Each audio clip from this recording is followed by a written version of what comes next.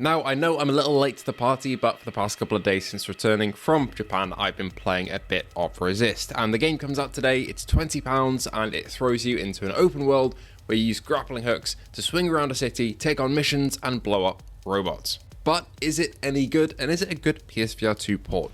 That's what we're here to find out today, and before we get into it, only 25% of you are subs to the channel, so please feel free to do so, and thank you to our patrons and members for bringing this content to you every single day. Without them, I could not do this, and they're all on screen right now. With that being said, let's take a look at the PSVR2 port of Resist. Now, Resist is a Quest game originally, if I remember right, and it is fairly clear from the get-go that this was built for standalone hardware, as the visuals of Resist are pretty damn sharp in the headset, but the actual textures, objects, and lighting are fairly indie, and you can see the platform it was built for originally in the framework of the game, for sure. That being said, the lighting is quite nice, there are some decent reflections on buildings, and the game also runs like a dream. However, there are some omissions to things, like, for example, there are no interiors in any of the buildings, they're all very barren, and the city itself isn't massive, but we'll talk about that in the open world section. The story of Resist takes place in the future. The entire city, called Concord, has been taken over by the evil vice president, and you have been framed for the murder of the president. This leads you to join the resistance and taking down the government's drones and planning your next move against them. Now, for full transparency, I've only played about 2.5 hours of Resist, so I still have a little bit of time to go until the end of the story, so I won't comment on the quality of it overall, but so far, it's pretty damn good. But as my impressions go this far into the game, it is serviceable, it keeps you wondering what's going to happen next, even though in my opinion, I don't think the writing is the game's strongest point. It really just acts as a backdrop to give you the freedom to explore this world and perform missions. As for the use of PSVR2 features outside of the great visuals here, the game does run at a lovely 90Hz on reprojected, feeling incredibly smooth to play. It does use dynamic foveated rendering, it does make full use of headset haptics for wind going past you, haptics in the controllers for gunshots, and trigger resistance for guns. The binary mill have done a fantastic job in making this game feel PSVR2 optimized.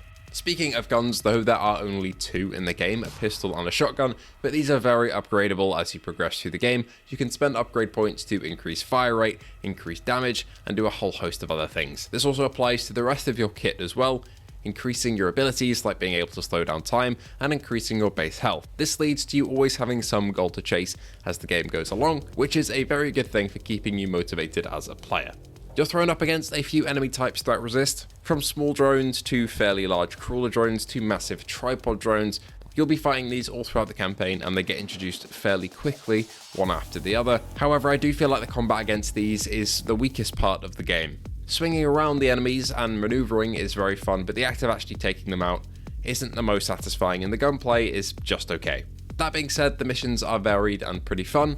They range from you completing checkpoint challenges going from place to place, sabotaging enemy supplies and points of interest, and taking out priority targets. Outside the main missions, you also have side objectives like hacking billboards to turn them into resistance posters, wave defense segments, and races to complete. These objectives are scattered around the map, and this in combination with Resist's fantastic movement, which we'll talk about a little bit more in a second, makes this kind of feel like Spider-Man's open world.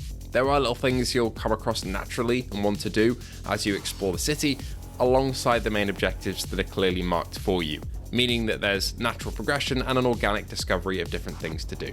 But let's actually talk about that swinging as well. The swinging in Resist and the movement and all the options that you're given to traverse the environment is its best quality by far. If you want to feel like Eren Yeager in Attack on Titan or Spider-Man, this is the game to do so. It has a bit more of a learning curve than another game, for example, like Windlands, which I find a bit easier to wrap my head around in terms of traversal, but once you get past that learning curve, then you do get used to it and it's not too bad to take advantage of all the mechanics the game has to throw at you. These upgrades that apply to different parts of your loadout also apply to your movement as well, so you'll be able to unlock, again, slowing time like I mentioned, and also a jetpack-like ability and more as you progress through the game. The open world serves as a sandbox playground for you to swing about in and explore, and it's not absolutely massive. From the tallest point in the game, you can see to the edges of the city in all directions, so you're never exactly going to get lost in it, but everything is waypointed for you when you need it to be, so even if you did, you've got that there to help you. Despite the open world not being absolutely huge, I still found it fun to explore. There are cars about on the ground, making it look a bit more immersive, and NPCs walking about in their day-to-day life. These NPCs won't react to you shooting near them or doing anything, they're simply there for decoration, but when you're soaring above the city from quite high up, it does add a fair bit to the immersion to see it populated with people and cars. Overall, I found Resist really fun. The only real issue that I've had with it is that in the early tutorials, it tells you to follow a set path to complete the movement tutorial, and I found that the game was a bit too strict in restricting where you can go during these tutorials. If you even deviate slightly off the path, even by a couple of meters, it will fail state you and put you back to the start, which I found a bit frustrating.